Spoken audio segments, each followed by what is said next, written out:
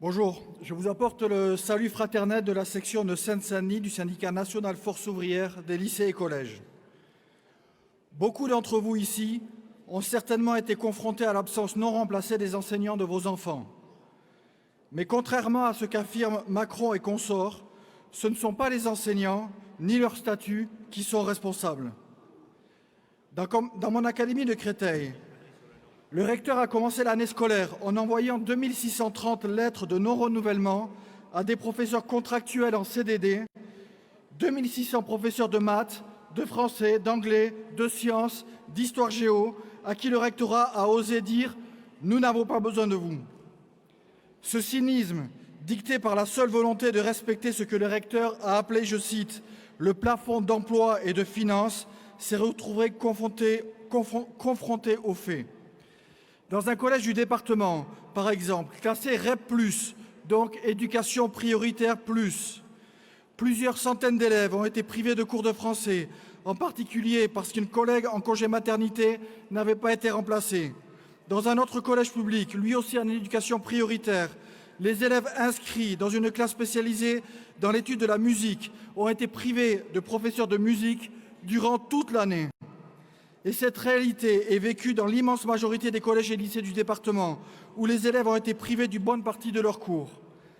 Alors on a tous entendu le président Macron annoncer dans son discours à Marseille, puis dans ses interventions préélectorales, qu'il voulait accélérer ces réformes.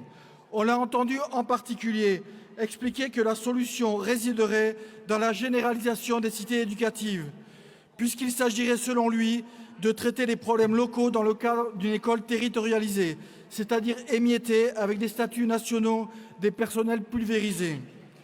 En Seine-Saint-Denis, il y a déjà des cités éducatives dans 12 communes sur 40. Dans 12 communes, il y a donc une convention signée entre la préfecture, l'éducation nationale et la municipalité pour mettre en place un cadre permettant à toutes sortes d'associations ou d'entreprises d'intervenir dans les écoles et collèges pour y faire autre chose que de l'enseignement. Dans un collège, par exemple, des jeunes sont sortis de leurs cours pour permettre à l'association Énergie Jeune, financée par des multinationales diverses, de faire du coaching. Ailleurs, des élèves dits décrocheurs sont sortis de cours pour suivre un module anti-décrochage assuré par une autre association. Dans chacune des cités éducatives, des milliers d'euros sont mis à disposition, mais surtout pour ne pas faire court. Par contre, aucun moyen n'est débloqué pour remplacer les professeurs absents, pour remplacer les collègues partis en congé maternité. Dans ces cités éducatives, les cours sont une activité parmi d'autres. S'il n'y a pas cours, eh bien c'est pas grave, les jeunes font autre chose en lien avec les associations entreprises locales, en lien avec les desiderata des municipalités. Soyons clairs, la suppression du baccalauréat comme diplôme national ouvrant droit à l'inscription dans l'université et la filière universitaire de son choix a permis cette accélération de la dislocation de l'école publique, de l'interdiction faite aux jeunes, à vos enfants, d'accéder à un droit élémentaire, celui de l'instruction. D'abord parce que quand vous remplacez les épreuves nationales à partir de programmes nationaux par du contrôle continu, vous n'avez plus de garantie sur ce que votre enfant va apprendre, sur la valeur qu'aura son diplôme. Le contrôle continu permet, à base de bricolage de notes, d'arrangements locaux, d'effacer par exemple le fait que votre enfant n'aura pas eu de cours de maths pendant 2 trimestres. Enfin, je dis effacer, mais votre enfant pourrait en payer le prix, car quand il pourrait découvrir sur Parcoursup qu'il a été rejeté des formations universitaires auxquelles il aspirait parce que le lycée dans lequel il a obtenu son bac n'était pas à ses côtés.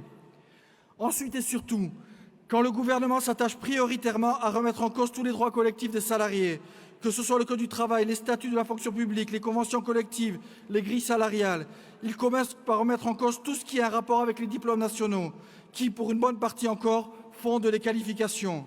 Un jeune, par exemple, qui veut passer un des concours de catégorie B de la fonction publique, doit avoir son bac.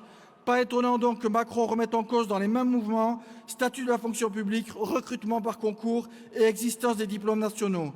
L'offensive de démantèlement de l'école publique est liée à celle contre tous les droits collectifs des salariés. En ce sens, défendre l'école publique est une affaire de toute la classe ouvrière, c'est donc l'affaire de toute la Confédération. Mais rien n'est écrit. D'abord parce que l'attachement des travailleurs, salariés, jeunes, parents d'élèves à l'école publique s'exprime par 1001 mobilisations. comme dans ce collège de Pavillon-sous-Bois, par exemple, où les collègues étaient hier en grève à 25/27 pour exiger que des enfants malvoyants, qui ont besoin d'outils volumineux, qui ont besoin d'être accompagnés par des AESH, ne soient pas entassés dans des classes surchargées. Et je suis certain que dans ce congrès, nous réaffirmerons dans nos revendications cet attachement à l'école publique, à l'avenir de nos enfants, à commencer par l'abrogation de la réforme du bac, le retour à un diplôme national avec des épreuves nationales anonymes, ponctuelles, terminales, ouvrant droit à l'inscription dans l'université et la filière universitaire de son choix, à commencer par le recrutement massif d'enseignants pour assurer tous les remplacements, pour pourvoir tous les postes nécessaires, pour en particulier l'organisation immédiate de concours exceptionnels ouverts aux étudiants de Bac+3, à commencer par le remploi immédiat, garanti de tous les personnels contractuels et la titularisation de tous ceux qui le souhaitent, à commencer par l'augmentation générale des salaires, par l'augmentation du point d'indice à minima de 22% pour permettre aux jeunes professeurs, aujourd'hui payés 10% au-dessus du SMIC, de se loger. Nous réaffirmerons ces revendications car nous comprenons tous que le combat pour la défense des droits collectifs de toute la classe ouvrière, que sont le Code du travail, les conventions collectives, les accords de branche, les statuts de la fonction publique, est indissolublement lié à celui de la défense du droit pour les jeunes générations de décrocher les diplômes nationaux, leur permettant de faire reconnaître l'acquisition de qualifications sur le marché du travail. Vive la Confédération CGT Force ouvrière, vive le syndicalisme libre et indépendant.